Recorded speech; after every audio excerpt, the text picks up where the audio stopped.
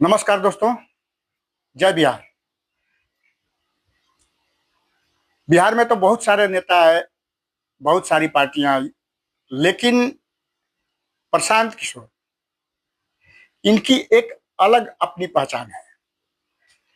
जैसे कि प्रशांत किशोर को लेकर लोग चर्चा करते हैं कि ये साफ सुथरे छवि के और एक स्वच्छ सोच के नेता हैं, जो कि बिहार में कुछ करना चाहते हैं।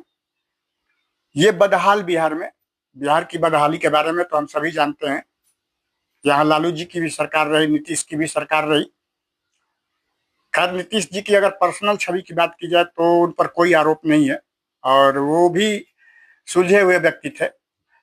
लेकिन 5 साल को छोड़ दिया जाए, 5 साल के बाद जो उनका 10 साल का कार्यकाल रहा, 10 साल का ये लगभग 20वां साल हो रहा था, लेकिन बीच में ही भले ही उनको हटाकर भाजपा ने अपना मुख्यमंत्री दे दिया हो।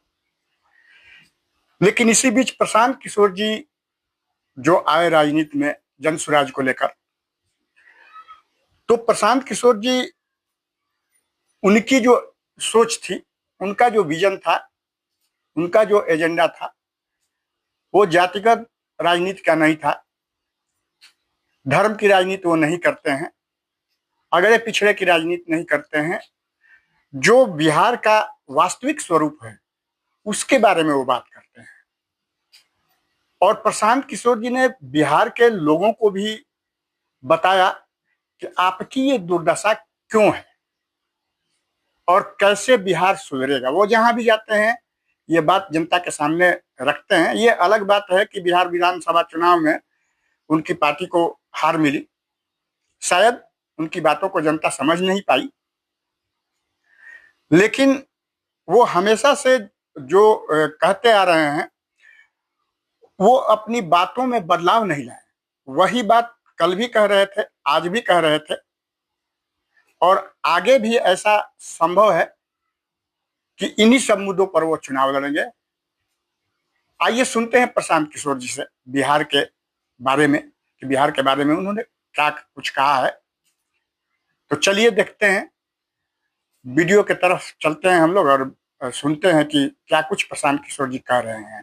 मोदी जी इसी मधुबनी में आए, बोले कि हम एक नया ट्रेन शुरू कर रहे हैं सहरसा से, जिससे श्रमिक परिवार के बिहार के बच्चे सहरसा से बॉम्बे और गुजरात जाने में उनको सुविधा हो जाएगी। बताइए कितना बड़ा ये बात है।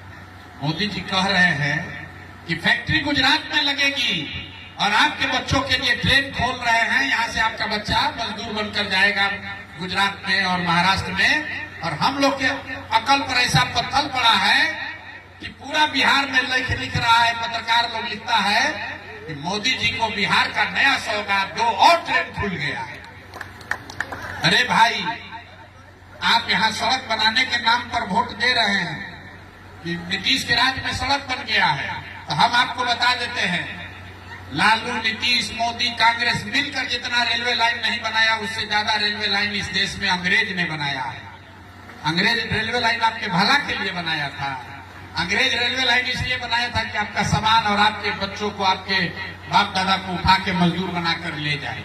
तो ये सड़क बनी है, लेकिन इस सड़क पर आपके बच्चे को चलने का नसीब नहीं है, उसको मजदूरी करना है जाकर गुजरात में। ये गौरव की बात नहीं है। एक भाषण दिखा दीजिए जहां मोदी ने कहा हो गुजरात में कि गुजरात से नया ट्रेन चल रहा है, जिससे गुजरात के लोग जाएंगे बढ़िया से महाराष्ट्र में मजदूरी करेंगे। अगर कह दें तो गुजरात का एक आदमी वोट नहीं देगा। गुजरात में एक शहर है सूरत, आज से 25-30 वर्ष पहले वहां प्लेग फैला था। आज उस सूरत शहर में इतना फैक्ट्री है कि अकेले बिहार का 5 लाख से ज्यादा बच्चा वहां मजदूर है।